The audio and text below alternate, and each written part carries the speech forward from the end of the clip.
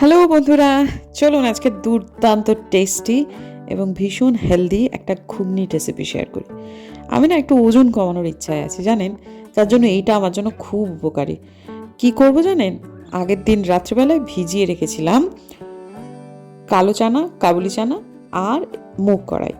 মোটামুটি ওই হাতের এক মুঠ করে শুকনোগুলো ভিজিয়েছিলাম, ফুলে উঠেছে। তো পরের দিন সন্ধেবেলায় আমি এগুলোকে সেদ্ধ করতে বসিয়ে দিলাম, প্রেসারে দিলাম না, কারণ এর মধ্যে দেব আড়াইখানা হচ্ছে পেঁয়াজ, দুটো কাঁচা লঙ্কা আর আধখানা টমেটো। এগুলো না খানিকক্ষণ পরে, ওই চানাগুলো সেদ্ধ হতে একটু বেশি সময় লাগবে, এটা খানিকক্ষণ বাদে তুলে নিতে হবে, নাহলে একেবারে পাক হয়ে যাবে, তখন আর আলাদা করে খুঁজে পাওয়া যাবে না। যুক্তিটা এই জন্যই যে এই জিনিসগুলোকে যখন আমরা সেদ্ধ করে নেব তখন তেলটা বড্ড কম টানবে। আমি খুব একটা তেল দিয়ে রান্নাটা করিনি, আমি করেছি মাখন দিয়ে। তো এটা দিয়ে দিলাম, সামান্য একটু দিলাম, বুঝতেই পারছেন খুব শক্ত হয়েছিল, ফ্রিজে ছিল জন্য একটুখানি কাঁচিয়ে কাঁচিয়ে তুলে নিলাম। নিয়ে মোটামুটি 3বারে যতটুকু উঠলো, তারপর দিয়ে দিলাম গোটা জিরে ফোড়ন, তারপর আদা রসুন বাটা দিয়ে মোটামুটি যখন এটা হয়ে গেল, তারপর দিয়ে দিলাম হচ্ছে আগে থেকে সেদ্ধ করে রাখা টমেটো, পেঁয়াজ আর কাঁচা লঙ্কা। এটাকে ভালো করে আমি মোটামুটি ভাজা ভাজা করে নেব।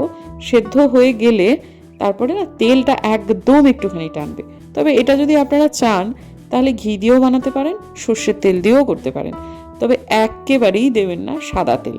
সাদা তেলটা যখন ওজন কমাবেন তখন সম্পূর্ণভাবেই অ্যাভয়েড করবেন।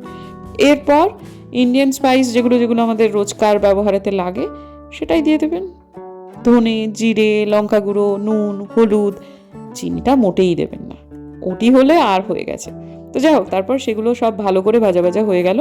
তারপর ওই যে সেদ্ধ করছিলাম যে ওই ছোলাটা, সেই যে জলটা, সেটা একটুখানি দিয়ে তারপর একটুখানি ব্যালেন্স করবেন। তারপর যখন মোটামুটি দেখবেন যে ওই যেটুকু বাটার দিয়েছেন সেটুকুও একটু ওপর দিকে ভেসে উঠছে, তাছাড়া সুন্দর একটা ভাজার গন্ধ পাওয়া যাবে, সেটা হয়ে গেলে তারপর একটুখানি এইগুলো এমনি এমনি দিয়ে নাড়াচাড়া করে নেবেন। প্রথমেই জল সমেত দিয়ে দেবেন না, মানে এই চানাগুলোকে এরকমভাবে একটু ছেঁকে ছেঁকে দিয়ে খানিকটা নাড়িয়ে চাড়িয়ে নেবেন, তাতে টেস্টটা একটু ভালো হবে। তারপর জল সমেত দিয়ে দেবেন, একটু কাঁচা জলও অ্যাড করা যেতেই পারে, আমি করেছি। তারপর ওই যে ধনে পাতা আর একটু গুঁড়ো গরম মশলা, ব্যাস হয়ে গেল। কি ভালো যে খেতে হয়েছিল, বোঝাই যাচ্ছিল না যে এটাতে আলু পড়েনি, তেল নেই, চিনি পড়েনি।